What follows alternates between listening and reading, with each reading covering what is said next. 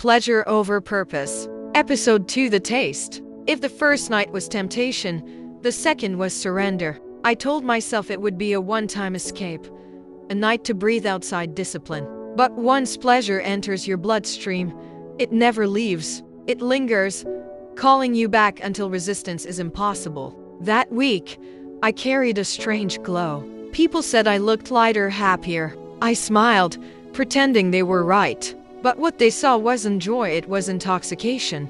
I replayed the night in my head, every laugh, every thrill. It was my secret drug. So when the weekend came, I didn't hesitate. I made the calls, eager for more. The shift was quick, from resisting to craving to chasing. The second night was wilder. If the first was an introduction, this was baptism.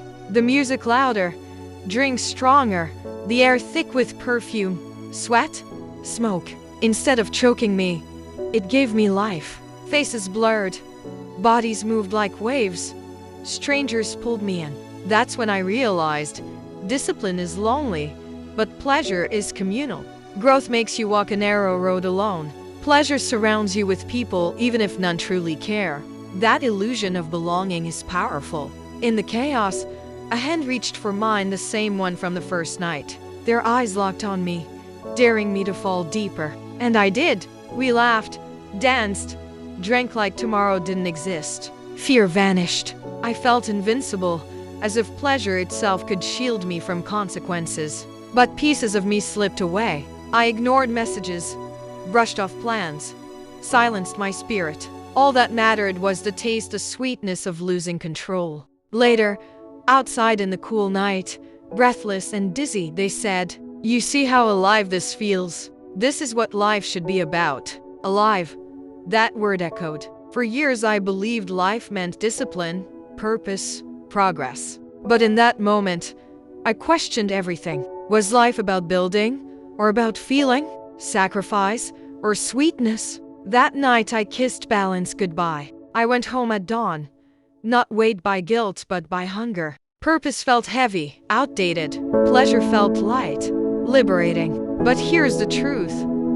Pleasure never satisfies. What feels enough today will never be enough tomorrow. That second night, I thought I had reached a peak. I was wrong. It was only the beginning of a climb with no summit, only a fall waiting. By the next week, I was planning again. Work slipped, conversations bored me, lies filled my days. The line between responsibility and recklessness blurred. Looking back, I see it clearly. That was the night I sealed my fate. I didn't just surrender, I made a silent pact with pleasure. A pact promising highs I couldn't resist, and lows I wouldn't survive. The scariest part? I wasn't afraid. Not yet. I was too busy feeding the hunger devouring me within. If the first was the door opening, this was me walking through without looking back. And somewhere in the shadows, tragedy was already waiting.